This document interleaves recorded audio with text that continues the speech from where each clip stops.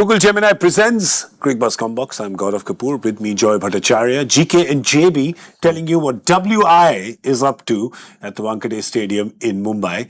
They got 55 runs in the power play after being put into bat by Sikandar Raza, the captain of Zimbabwe. And then they've got 60 runs in the next four. There has been absolute mayhem at the Wankhede Stadium, led by Hetmyer. Hetmyer, 6 sixes and 6 fours.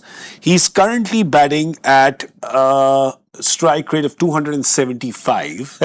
And if he keeps going like this, I don't know what's going to happen. It's going to be some white flags somebody will call out, there'll be a white, there'll be surrender flag.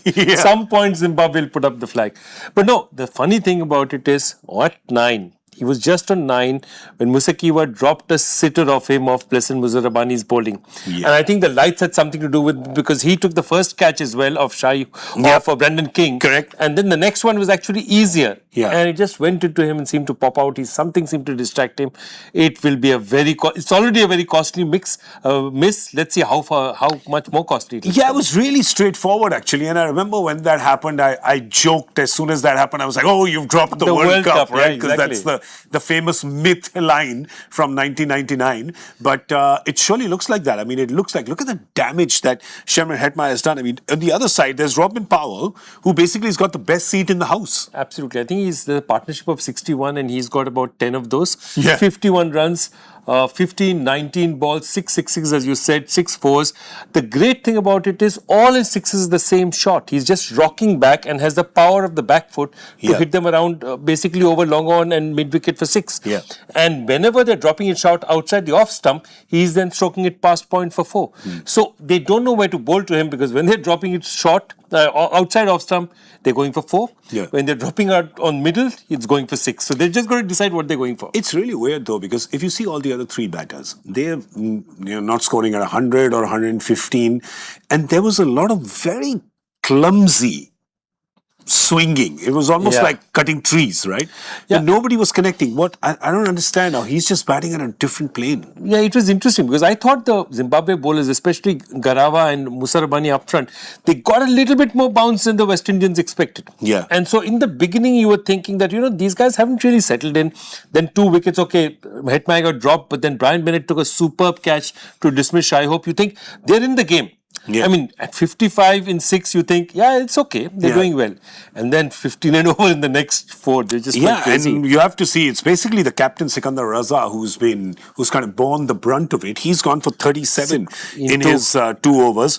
Creamer, who's been so successful for them, he's also gone for, 23 in his 2. He's got a good, his 3rd over has been a good comeback. He's given only 5 runs in it, which is the 11th over. So he's kind of managed to keep, Robin Powell quiet, and they've all managed to keep Robin Powell quiet. But when he starts hitting, there's going to be madness as well. Remember, Rutherford is still to come. So they could reach 240 here easy. There's Rutherford, there's Romario Shepherd. They have a lot of batting. There's, Jason Holder can swing the bat. There's a lot of power still in that West Indian side sitting in the dressing room waiting to come in. For a Zimbabwe fan, I don't know. I don't want to show you the batters that are to come for West Indies because, you'll really pull the white flag out. So, no.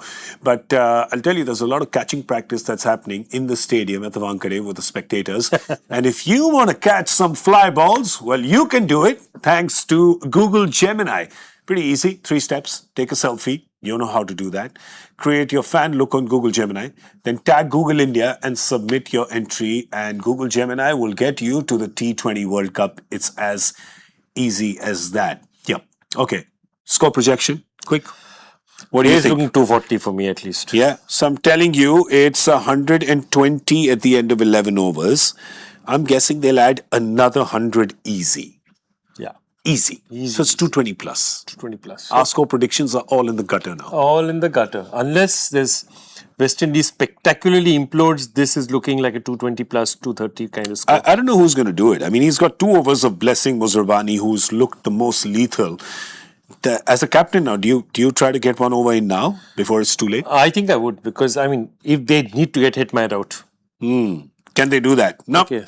Brad Evans is coming to bowl the 12th over. So Anyway, we'll see what happens. Sikandar Raza has his hands full, and West Indies are having quite a party. Where this party ends, we don't know, but we'll pick it up on Cricbuzz Live when we come back. Thank you for watching. Google Gemini presents Cricbuzz Comm Box.